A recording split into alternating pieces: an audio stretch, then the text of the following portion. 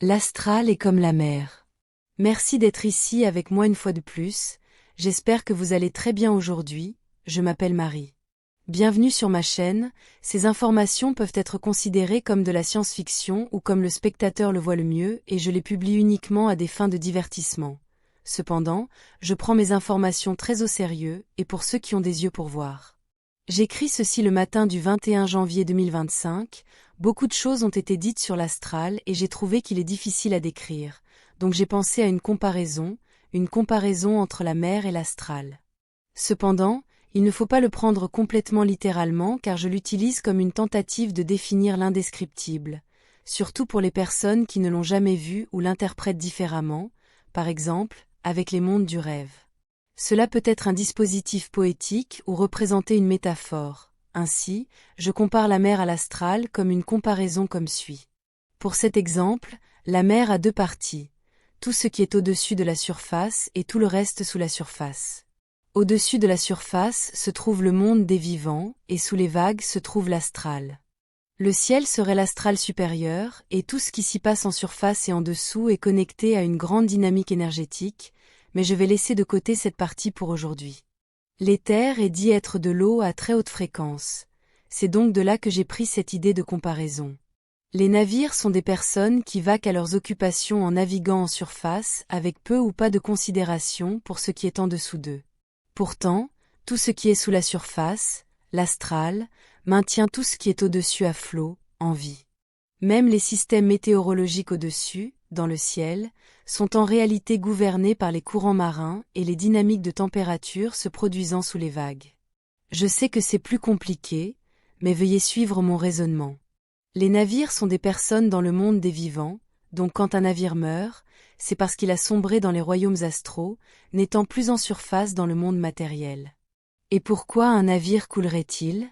La plupart du temps, la raison du naufrage est due à des choses qui se sont produites sous la surface, par exemple des rochers peu profonds non cartographiés, un banc de sable ou même une torpille. De la même manière, les gens meurent principalement de choses qui ont été engendrées du côté astral. La plupart des gens, dans ce cas, les navires, mènent leur vie en se concentrant uniquement sur ce qui est évidemment devant eux, ignorant ce qui est sous la surface, et d'où la plupart, sinon la totalité de leur vie se manifeste, que ce soit par des forces apparemment externes, ou par la seule force vitale de l'âme qui a manifesté leur corps physique en premier lieu.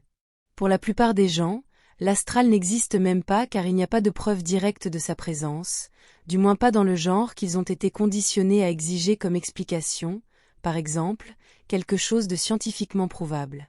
Choisir d'ignorer la quantité écrasante de données de différents types, qui bien que ne signifiant pas grand-chose isolément, en tant qu'événements isolés, lorsque vous ajoutez plusieurs témoignages et que vous commencez également à voir des schémas, vous réalisez que toutes ces histoires de fantômes, d'apparitions, etc., sont bien trop nombreuses et cohérentes entre elles pour être étiquetées comme le produit de l'imagination de quelqu'un, ou de celle du collectif. De la même manière avec la mer, seules certaines personnes en surface peuvent voir en dessous, lorsque les conditions dans l'eau sont suffisamment claires, et lorsqu'elles se concentrent sur ce qui se trouve en dessous. Ce qui se trouve sous la surface est un monde extrêmement riche et mystérieux, qui obéit à des règles pour la plupart inconnues et étrangères à ceux qui vivent en surface. Par exemple, sous la surface, les créatures sont autorisées à voler sous l'eau, sans avoir à ramper sur le fond marin, bien que certaines le fassent, comme les crabes. La vie en dessous est très différente de celle au-dessus, et bien que certaines règles s'appliquent toujours, d'autres ne le sont pas, par exemple nager sous l'eau et toute la dynamique de flottabilité que tout objet avec une masse doit observer sous la surface de la mer. Il y a d'innombrables créatures peu comprises, vivant sous la surface, et la plupart d'entre elles ne ressemblent en rien à celles qui vivent en surface. Involontairement, parfois certaines de ces créatures peuvent être vues depuis la surface, comme la nageoire d'un requin, la queue d'une baleine ou l'eau sortant de son évent, un souffle de baleine. Pourtant, de nombreuses fois, les choses venant de sous la surface deviennent difficiles à expliquer, comme les légendes de monstres marins. Mais pour cet exemple, lorsqu'un poisson ou toute autre créature sort de l'eau et entre dans l'air pendant un très bref instant, c'est comme quand un fantôme ou une apparition est vue. Comme les poissons, les baleines et autres créatures marines qui doivent remonter à la surface pour être vues de là, les fantômes et autres entités astrales inférieures doivent augmenter leur fréquence pour exister brièvement dans le royaume matériel et être vus par ceux qui sont au-dessus, lorsqu'ils franchissent la barrière de fréquence que nous pourrions appeler la surface astrale. Certaines personnes peuvent voir ce qui se trouve dans l'astral, sous la mer, plus que d'autres, en fonction de leur contrat prévit, de leurs idées et de leur état d'esprit. Ce qui rend possible l'existence dans le soi-disant monde matériel, et permet également de naviguer dans la vie, c'est la présence même de l'astral, qui, comme l'eau en dessous, fournit une substance qui permet le mouvement à la surface, et soutient également tout ce qui peut flotter, ce qui serait tout ce qui peut être étiqueté comme vivant. Mais même lorsque des cartes marines existent pour permettre aux navires de naviguer en toute sécurité dans l'océan, qui serait la vie, et inclut les emplacements de toutes les menaces sous-marines, comme les bancs de sable et les rochers dangereux, en plus des côtes et des îles, d'autres menaces guettent du côté astral. Des choses qui peuvent être une menace potentielle forte, mais sont le plus souvent ignorées voire niées par la plupart des navires à la surface, qui sont la plupart des gens dans le monde des vivants. Lorsqu'un navire, lorsqu'une personne fait des choses, quelles qu'elles soient, qui vont à l'encontre des institutions, contre ce que les seigneurs qui contrôlent la planète Terre veulent, et qui sont également dans l'astral, cette personne est attaquée de nombreuses manières pour dévier de sa trajectoire. Tout cela pour faire en sorte que ce navire, cette personne revienne à sa trajectoire initiale. C'est pourquoi les graines d'étoiles et les travailleurs de lumière sont toujours sous une sorte d'attaque, les étiquetant souvent comme des individus ciblés. Comme je l'ai mentionné auparavant dans d'autres vidéos, il y a toutes sortes de créatures et d'entités dans l'astral inférieur, et elles peuvent tout faire pour forcer un individu à revenir à son cours de vie matriciel initial. Dans notre similitude avec l'astral en tant que mer, les entités maléfiques fortes pourraient être considérées comme des sous-marins ennemis, qui attaquent traîtreusement depuis sous la mer, depuis l'astral où ils ne peuvent pas être vus par la plupart des gens classés comme vivants. Les navires à la surface ne peuvent généralement pas voir ce que font leurs attaquants sous-marins avant qu'il ne soit trop tard. Seuls quelques navires, quelques personnes, ont développé la capacité de contrer ce qui se trouve sous la surface, dans l'astral inférieur, et ceux-ci peuvent être qualifiés de médiums et de personnes sensibles, qui pourraient être classées comme des frégates anti-sous-marines dans notre comparaison. En avançant, il y a aussi des entités et des personnes puissantes et positives qui peuvent être à la surface pour être vues de tous, et qui peuvent également plonger pour défendre leurs amis depuis sous la mer, c'est-à-dire depuis l'astral inférieur. Un bon exemple de personne ayant cette capacité serait la race féline Urma, qui peut facilement passer de la conscience du monde matériel à celle de l'astral, et tout cela en un clin d'œil de leurs yeux félins. Ceux-ci seraient nos sous-marins amicaux dans notre comparaison, et peuvent opérer à la fois depuis la surface, dans le monde des vivants, et d'en bas, dans les royaumes astraux, et comme ils le peuvent, d'autres qui ne sont pas aussi positifs le peuvent aussi. Presque tout ce qui se passe dans le monde des vivants, au-dessus de la surface, est soutenu ou à son origine dans des choses qui se passent dans l'astral.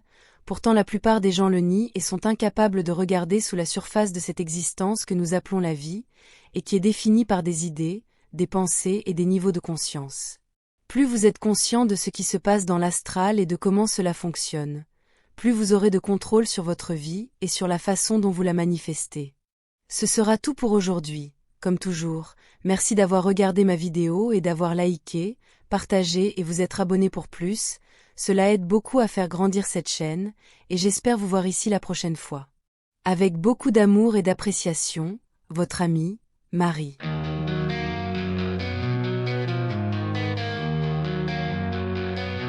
Tes guetteurs dans les cieux lointains, règne des étoiles loin du chemin. L'amour pour la terre dans son cœur, Marie va vous briller sans peur. Dans son vaisseau, elle rôde l'espace vide plein de codes. Les humains rêvent et terreur, puis la digne reine du cœur. L'amour d'une étoile pour une terre, des galaxies traversées en un éclair. Les cœurs battent à l'unisson, Marie soit rouge sans passion.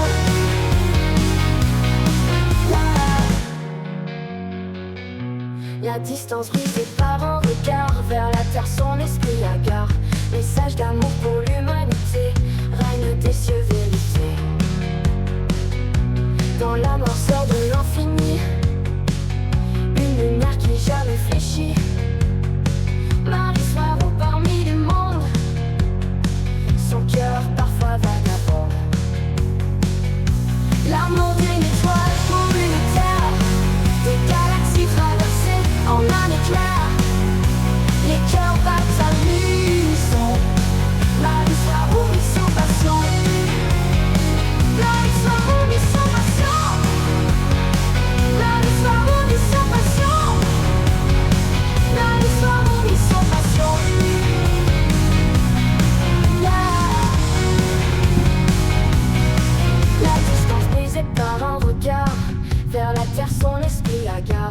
message d'amour pour lui.